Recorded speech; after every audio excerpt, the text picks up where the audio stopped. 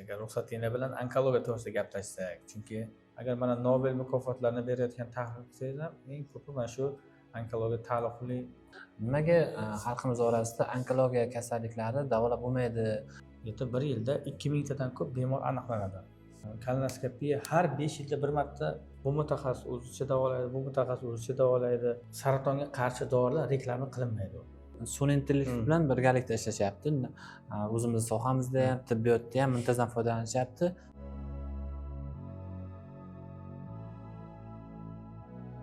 Assalomu alaykum, hurmatli kuzatuvchilar. Sizlarni YouTube sahifamizda ko'rib turganimizdan bag'oyatda mamnunmiz. Biz xalqimizga nafaqat tibbiy xizmat ko'rsatamiz, ularning tibbiy savodxonligini ham oshiramiz. Shu maqsad bilan YouTube sahifamizda bir yangi loyihaga qo'l urdik.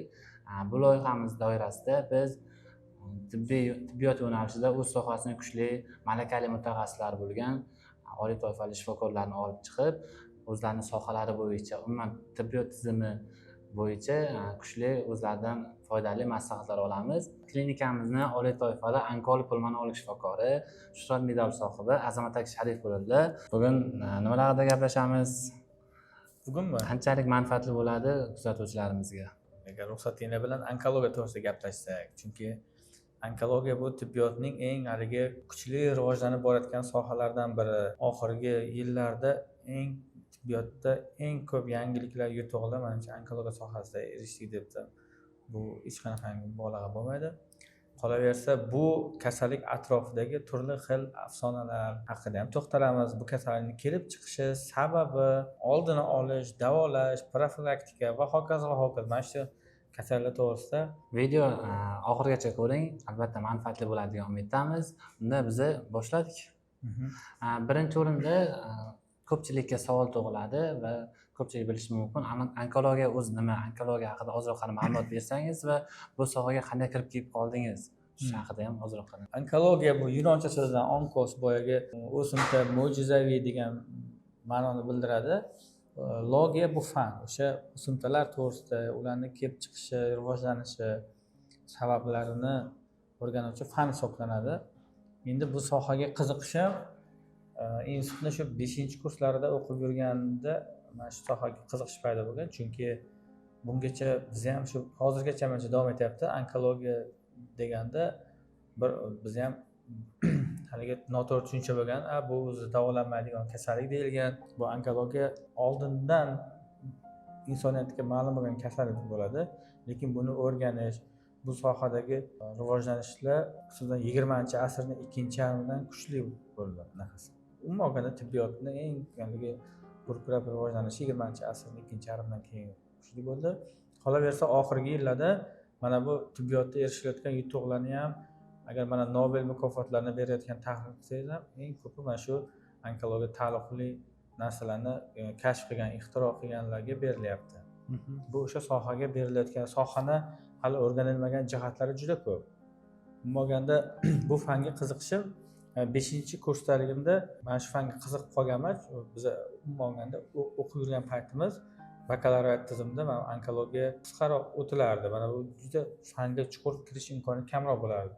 Bir yaqinimiz mana shu kasallikka chalingandan keyin o'zimiz o'sha shifoxonaga nafaqat boyaga student sifatida borganmiz, balki o'sha bemorni yaqin sifatida borib, uni ichkaridan ko'rib, bu onkologiya to'g'risidagi tushunchalarimiz tubdan o'zgarganligi sababli o'zim ham mana shu sohaga qiziqib qolganman, hamda mana shu onkologiya sohasi bo'yicha o'qishni oldinga maqsad qilganman, hamda magistraturasida o'qib mana shu onkolog diplomini olganmiz. Joyda bir savol ketadi.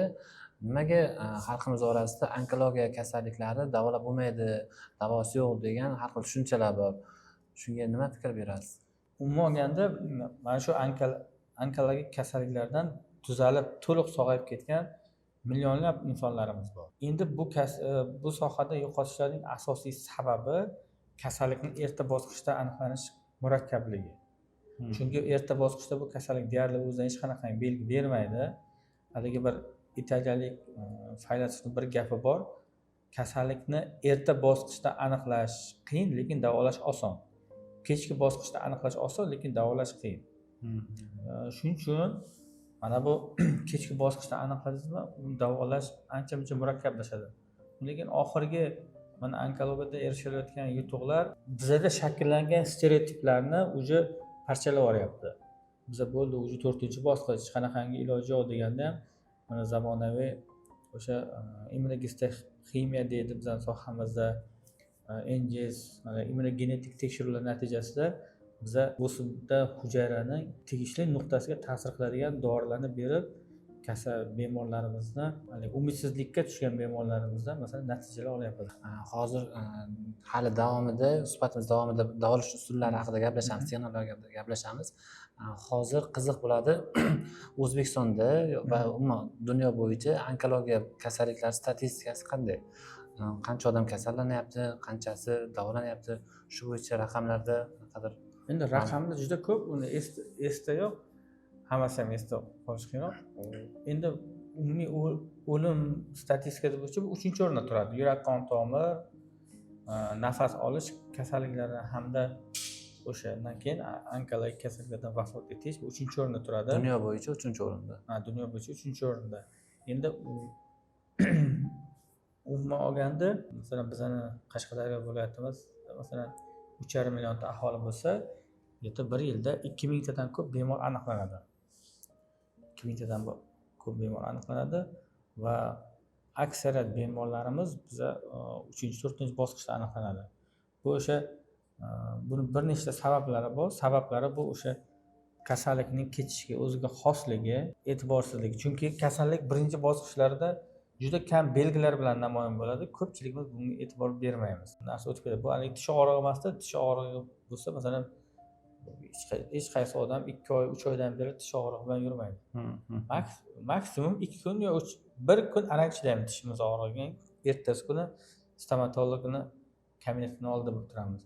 Bu onkologik kasalliklar unaqa narsa emas. Masalan, kelgan bemorlarimiz bilan suhbatlashsak, masalan, qanchadan beri yo'talasiz yoki qanchadan beri qonli ajralmalar keladi desak, bir 2 yil, 3 yil, 1 yil mana shunaqa uzoq muddatlarni aytishadi. Yo kecha boshlandi yo undan oldingi kun boshlandi degan shikoyatlar bilan kamdan kam. Belgisi bu bemorlarda sekin-sekin ozish. Ozish ham masalan ularga xos bo'lmagan belgi, lekin mana shunga e'tibor berishlarini so'radim. Umuman olganda har bir inson o'zining tanasida bo'ladigan kichik belgilarga e'tiborli bo'lishi kerak. Kichik belgilar masalan bu apendisga o'xshab, boyagi bir joy qattiq og'rib yoki buyrakdan tosh ko'chishiga o'xshab o'tkir klinik belgilar bilan namoyon bo'lmaydi bu. Hani kam-kam belgilar bilan kuzatilishi mumkin dastlabki bosqichlarda.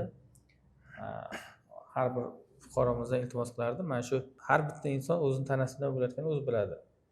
Mana shularga e'tiborli bo'lib, mana shunaqa narsalar o'zida bo'lsa, kerakli mutaxassislarga murojaat qilib, unga aniqlik kiritishni so'ragan bo'lardim. Hozir kasallikni belgilari haqida gaplashyapmiz.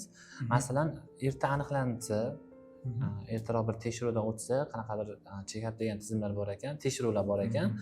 Shunaqa tekshiruvdan o'tsa-da, onkologik muammolar aniqlansa, qanaqa davolash usullari hozirda mavjud yurtimizda va dunyo bo'yicha qanaqa muammo davolash usullari mavjud? Shu haqida ozroq gaplashaylik. Endi mana bu check-up dasturlari haqida to'xtalsak, o'sma hujayralari, umuman o'simtalar soch hamda tirnoqdan tashqari hamma joyda bo'lishi mumkin. O'shuning uchun saratonni kelib chiqishdagi belgilari ham uni qaysi organda kelib chiqishiga bog'liq.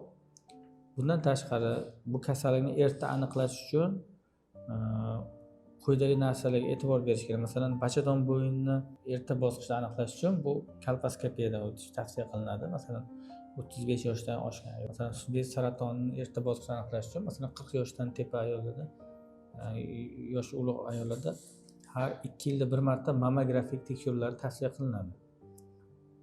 Yog'on ichak saratoni, masalan, hozir biza eng keng tarqalgan saratonlar haqida gaplashamiz. Yog'on ichak o'simtalarini aniqlash uchun 50 yoshdan yuqori bo'lgan aholiga kolonoskopiya har 5 yilda bir marta kolonoskopiya tekshiruv o'tkazish tavsiya qilinadi. Oshqozon saratoni bo'lsa, masalan, 40 yoshdan oshganlarga 1 yilda bir marta, 2 yilda bir marta zon yutish deymiz, gastroskopiya tekshiruv haqida ham bir ikki og'iz tushuntirib berib ketsangiz, masalan, u qanaqa muolaja, nimalarga foydasi bor? Saraton bu o'tkir dard emasda bu. Buni kelib chiqishi saraton oldi kasalliklari degan tushuncha bor. Kasallik misolida tushuntirib beradigan bo'lsam, masalan oshqozon saratoni.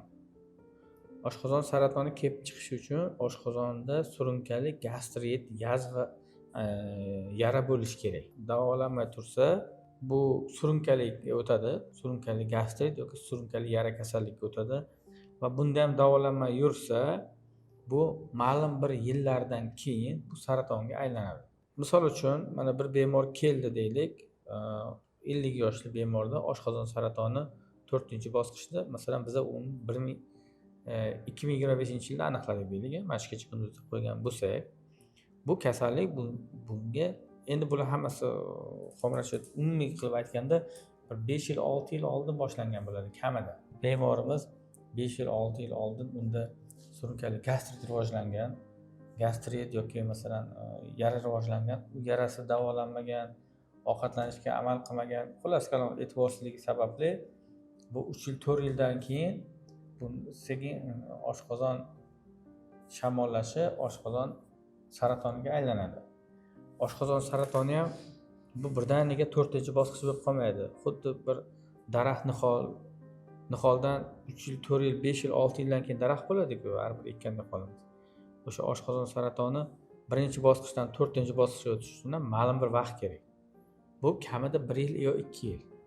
Demak, biz 25-yilda masalan bitta bemorga deylik, oshqozon saratoni qo'ygan bo'lsak, bu kamida 5 yil oldin bunda bu dard boshlangan. Mana shu kecha kunduzda rivojlanib, biz o'sha bu bemorga yordam berish imkoniyatimiz cheklanganligi, ko'p narsalar, ko'p imkoniyatlar boy berilganligida biz unda oshqozon saratonini aniqlayapmiz. Endi 4-bosqich bo'lgandan keyin uni diagnoz qo'yish ham qiyinchilik tug'dirmaydi, chunki ozib ketgan bo'ladi. Kasallik tarqalgandan keyin hamma joyda boyagi bezlar, shishlar paydo bo'lib qolishi mumkin. Shuning uchun kasalliklarning paydo bo'lishida ularni erta bosqichda aniqlab, saraton oldi kasalliklarni aniqlab, uni samarali davolash katta ahamiyatga ega. Mana bu birlamchi tibbiyot deymiz, haligi poliklinikalar, tuman shaharlardagi больницаlarimiz bor-ku. Mana shu joylar samarali ishlab, kasalligini aniqlab, kasallik degan onkologik kasalliklar emas, o'zi terapevtik, xirurgik kasalliklarni vaqtida aniqlab, uni samarali davolansa, saraton degan dard ancha-muncha kamayadi yoki ularni erta bosqichda aniqlaymiz. Chunki har bitta kasallikni aniqlashda uni diagnostik algoritm mavjud. Mana shu diagnostik algoritmga rioya qilish. Masalan, oshqozon og'rib keldimi, unga ko'r-ko'rona masalan noshpa ichgin yo amiz ichgin deyish kerak emas, masalan zotni yutishni tavsiya qilish kerak. Tumanlarda borib ko'rganimizda aksariyat holatlarda mutaxassislarning orasida o'zaro aloqa yo'qligi, bu mutaxassis o'zicha davolaydi, bu mutaxassis o'zicha davolaydi, davolash hamda diagnostik standartlarga amal qilmaslik tibbiyotdagi bu tizimli muammo hisoblanadi. Hamda bu oxir-oqibat biza onkologik kasalliklarni kechki bosqichda ko'proq aniqlanishiga sababchi bo'lyapti. Hamda bu onkologik tizimga juda katta yuklamani olib kelyapti. Bu bitta oshqozon saratoni misoli bo'yicha hukumatimiz tomonidan ikkita kasalliklarni barvaqt aniqlash uchun bu skrining dasturlari amal qilingan. Davlat miqyosida bu bachadon bo'yni rakini aniqlash hamda ko'krak bezi saratonini vaqtli aniqlash uchun. Hozir kasallikni aniqlash, tekshirish bo'yicha hozir aytyapsiz. Hech faoliyatingiz davomida yaqinda qanaqadir bo'ldimi kasallik aniqlandi va qanaqadir usullar orqali u 100% davolanib ketgan? Bizda xalqimiz orasida ham podkastni ham qilishdan maqsad o'sha tibbiy madaniyatni, tibbiy savodxonlikni oshirish. Shunday. Masalan, bizda mana aptekalarimizga borsangiz, tunu kun odam ko'p, yarmini yo doktor tavsiya qilgan yo qilmagan, lekin hamma dori olib ichishga qiziqadi. O'zimiz amaliyotda ham har kun shu narsaga to'qnash kelamiz. Odamlarimiz nima uchun tekshiruvdan qochib faqat doriga yopishadi? Chunki yengiliga o'rganib qolganmiz. Masalan, oshqozon saratonni aniqlash uchun masalan gastroskopiya, haligi zon tutish tavsiya qilamiz. Zon tutish desangiz agar uncha-muncha odam rozi bo'lmaydi. U haligi joni xildog'iga kelgandan keyin rozi bo'lishadi yoki kolnoskopiya deydi, haligi yog'och ichakni tekshirish uchun mana to'g'ri ichakdan orqadan boyagi uzun boyagi zonda ko'riladigan jihoz. Endi bu juda haligi yoqimsiz tekshiruv bo'lgani bilan juda katta ma'lumotlar beradi. O'sha real ichidagi. namuna real keyslar haqida masalan bu aytib bersangiz, masalan ko'pchilik uchun qiziq bo'lishi mumkin-da. Mana shunaqa bemorimizga kuzatilgandi, bu tekshiruvdan o'tkazish orqali yaqinda bir bemorimiz keldi. Uzoq vaqtdan beri shu oshqozonda og'riq bo'lganligi sababli o'zi zon tutishdan qo'rqib yurardi. Og'riq qoldiruvchi dorilar, boyagi oshqozon dorilarini, siroplarni olib ichib yuravergan. Keyinchalik esa kasallar kuchayganligi sababli shifokorlarga murojaat qilgan, zon tutish tavsiya qilgan, lekin bemor unga rozi bo'lmagan. Bizga kelgandan keyin biz unga sedatsiya asosida gastroskopiya tavsiya qildik. Ko'rganimizda oshqozonda o'simta haqiqatan juda katta. O'shandan namuna olib, uni kasalligini qo'yib berib, keyin maxsus davo boshlandi. Endi mana shunaqa keyslar bu juda ko'pda, chunki inson zon tutgandan keyin taassurotlar bilan o'rtoqlashadi.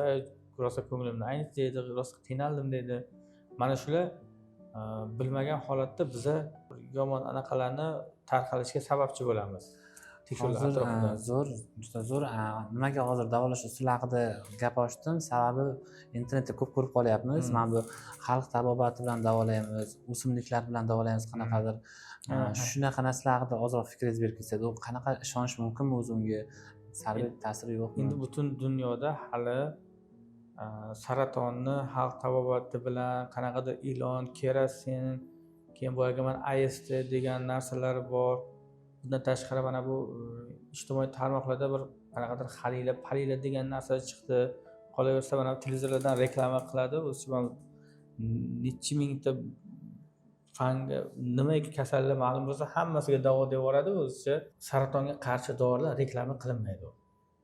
U maxsus dorilar bo'lib, uni faqat mutaxassis tavsiya qiladi.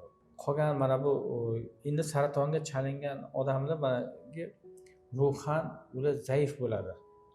Stress holatda bo'ladi. Bunaqa odamlarni aldashda oson ishning o'zi yo'q.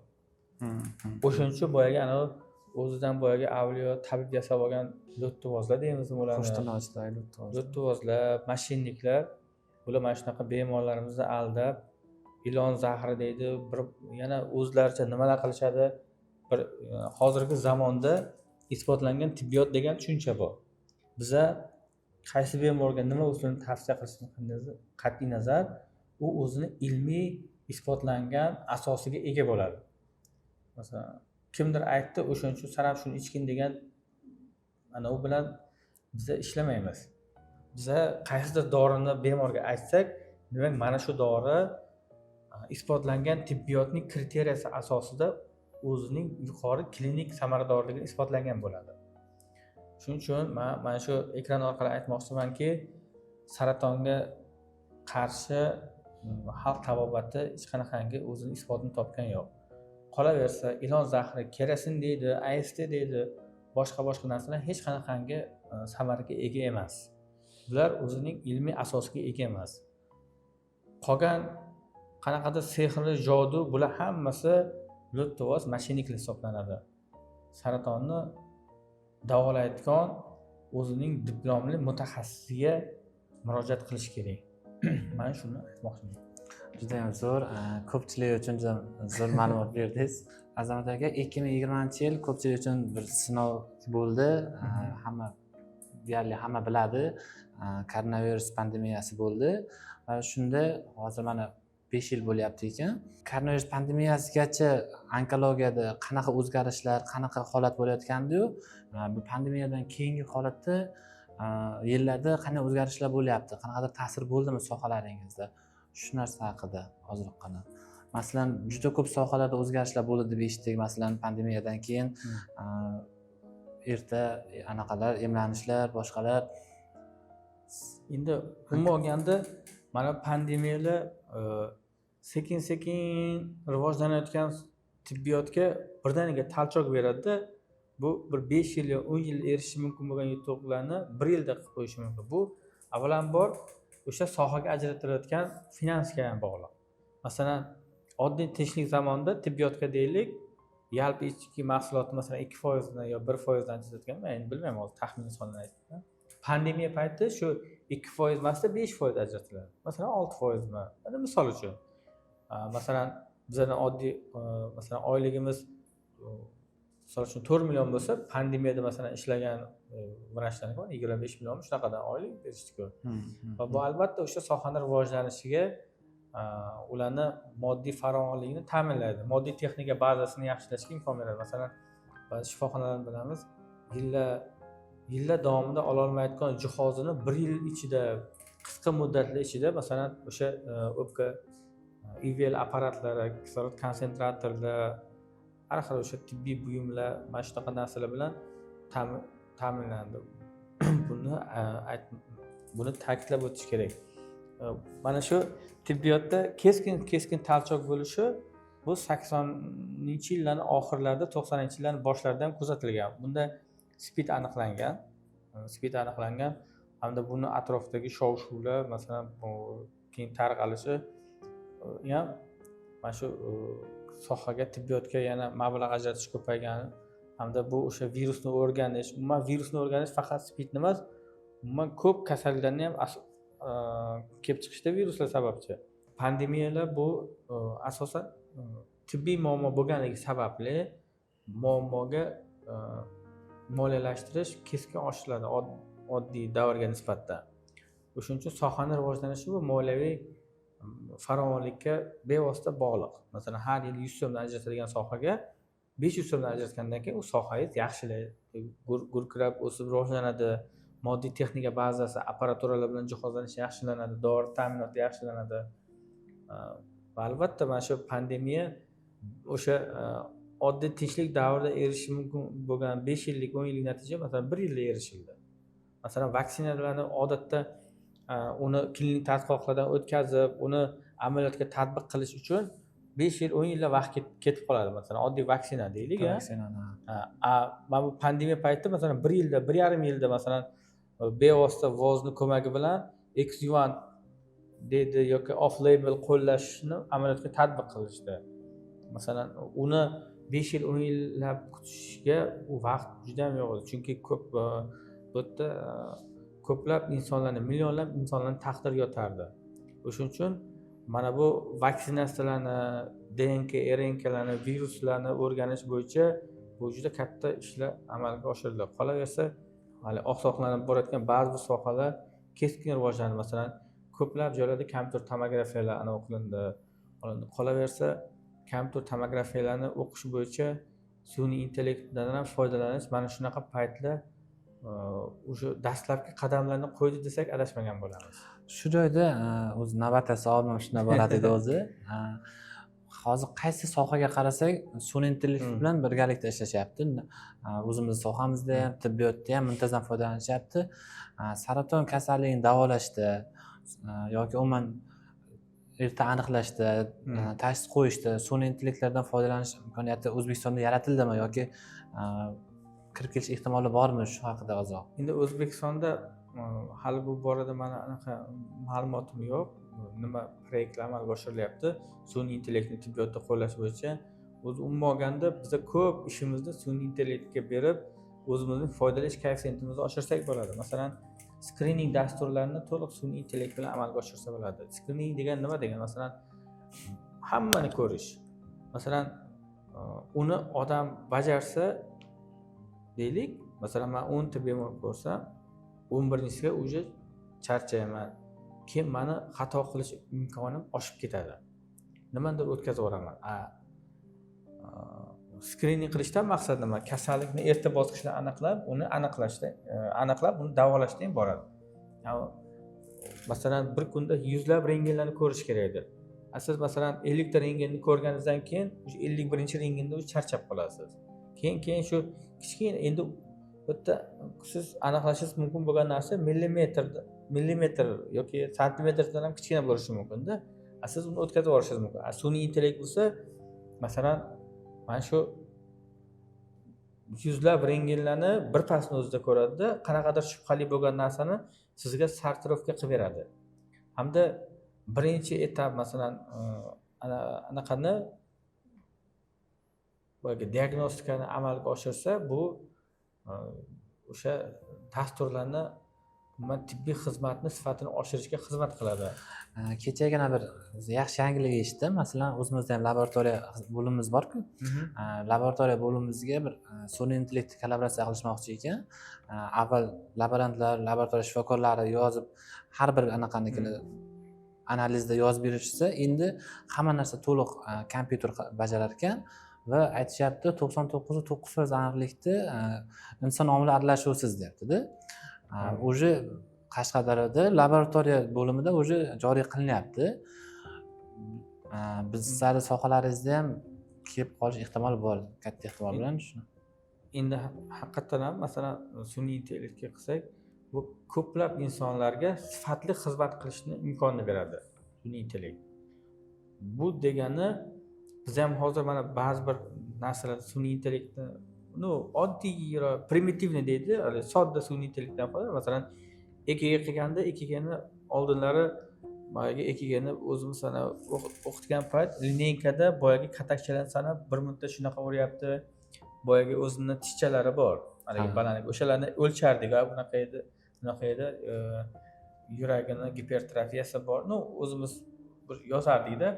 Hozir bu narsaga umuman hojat yo'q. Hozirgi zamonaviy ekigalar o'sha anaqani kardiogramma qilgandan keyin o'zi interpretatsiya qilib beryapti.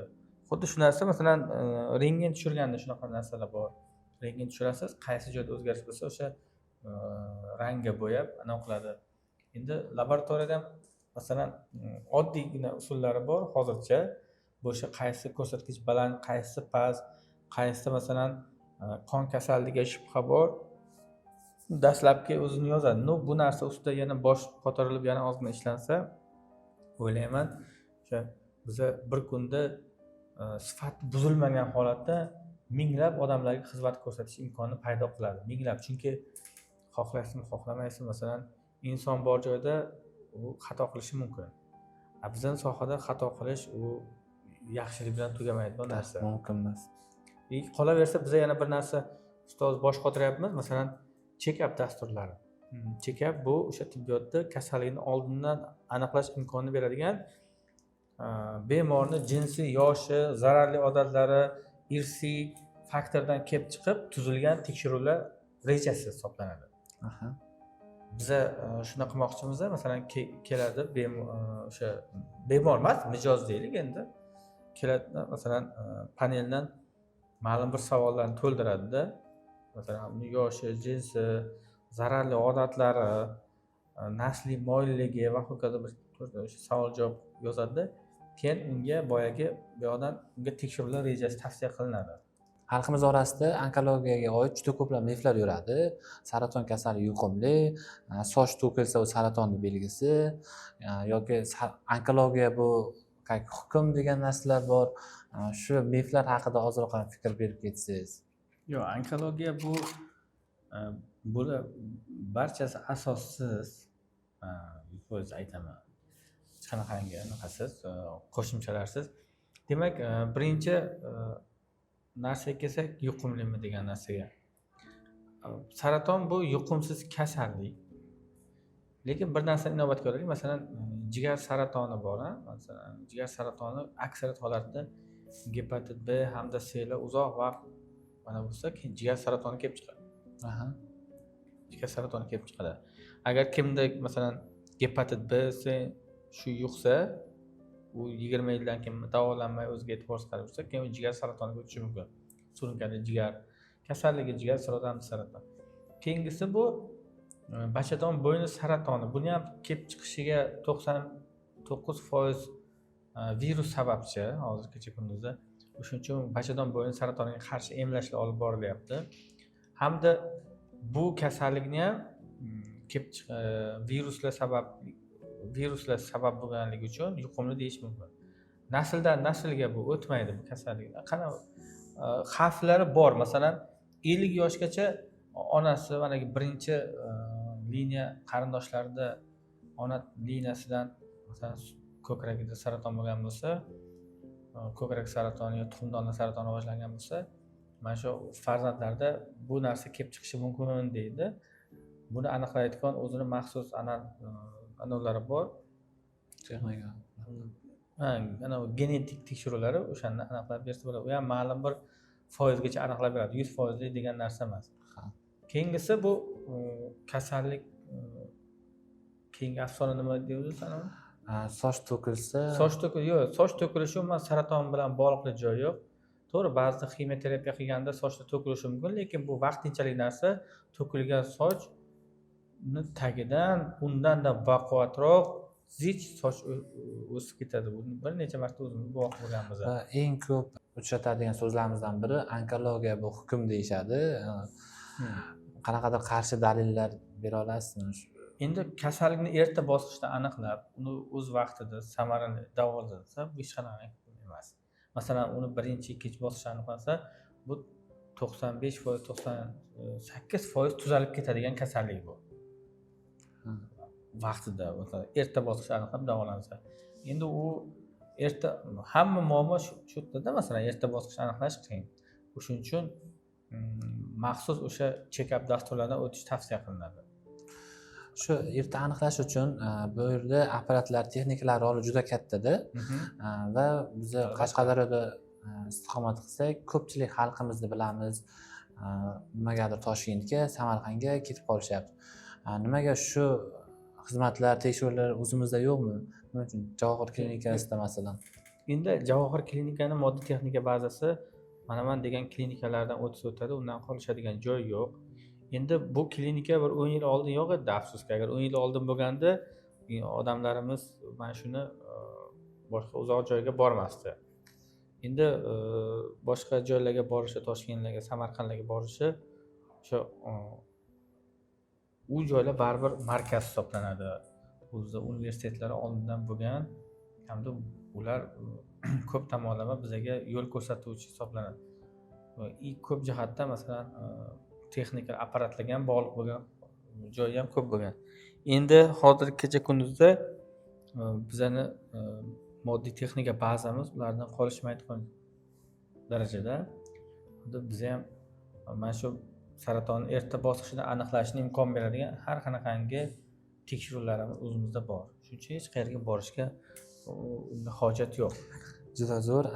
Keyin shu joyda bir qiziq savol bor. O'zingiz bo'yicha soha emas, o'zingizning faoliyatingiz davomida qanaqadir bemor bilan ishlaganmisiz? Juda qiyin kechgan ishlash davomida. Ha, bemor bilan ishlab mana bu nima deydi? Sizda juda qiyin ahvolga solgan bemorlar bo'ladi-ku. Juda ko'p shifokorlar bilan gaplashganimizda bo'ladi. Juda qiyin bo'ldi, tashxisini topish qiyin bo'ldi, davolash qiyin bo'ldi, ancha vaqt surildi, lekin yaxshi ketdi. Endi bunaqada masalan bir отдельно bir shaxs sifatida buni eslay olmasligi mumkin. Limfa tugunlarini diagnostika qilish qiyin hisoblanadi biz uchun. Chunki mana limfa tuguni shifti deydi. Uni diagnostika qilish murakkab. Uni keyin oxirigacha yetish, masalan, hozir kecha kunduzda bizning viloyatimizda ba'zi bir narsalar cheklangan. Kasalliklar bir-biriga juda ham o'xshash kechadi. Masalan, limfa tuguni zararlanish bilan kechadigan kasallar bir-biriga juda ham o'xshash bo'ladi. Bularni diagnoz qo'yish bu bizga klinik jihatdan mushkul hisoblanadi, haligi tibbiy muammosini yechish. O'tib ketgan saraton bo'lsa, ular bilan ishlash ruhiy jihatdan qiyin hisoblanadi bizga. Masalan, uni muammosi, tibbiy muammosi yo'q. Masalan, o'sha kasallik o'tib ketgan, uydagilariga boshqa narsa, ular bilan haligi psixologlar o'zi ishlash kerak. Endi bizda hozircha bu narsa sal oqsab turibdi. Ular bilan ishlash bizga psixologik qiyin hisoblanadi. Endi men 15 yil oldinmi Yevropaning qaysi davlatda konferensiya bo'lganda, o'shanda boyagi savolnoma tarqatganda ularga o'sha joy nufuzli mutaxassislar kelishgan, sohani ko'zga ko'rinarli olimlar kelishgan. O'shalardan so'raganda, siz sohangizda nimasi qiyin deganda, mana shu onkologik kasalliklarni bu ham nima deydi, biroq qarsak chalib kutib oladigan, suyunchi ber, haligi o'g'illi bo'ldik unaqa deydigan yangilik emasda, bu og'ir yangilik. Haligi tushkunlikka tushiradigan yangilik. Mana shularni yangilikni o'z egasiga yetkazishni eng mushkul, o'zini faoliyatda eng qiyin ish deb bilishgan. mani faoliyatimda ham eng qiyin ish mana shu deb bilamanda, chunki u gapni aytgandan keyin hamma har xil qabul qiladi. Hamma har xil qabul qiladi. Birov bittada tushuntirish qiyin bo'ladi. Shuning uchun har doim buni masalan bir yozgan algoritm yo'qda. Masalan, biza kasallikni davolash bo'yicha mana aniq konkret algoritm bor.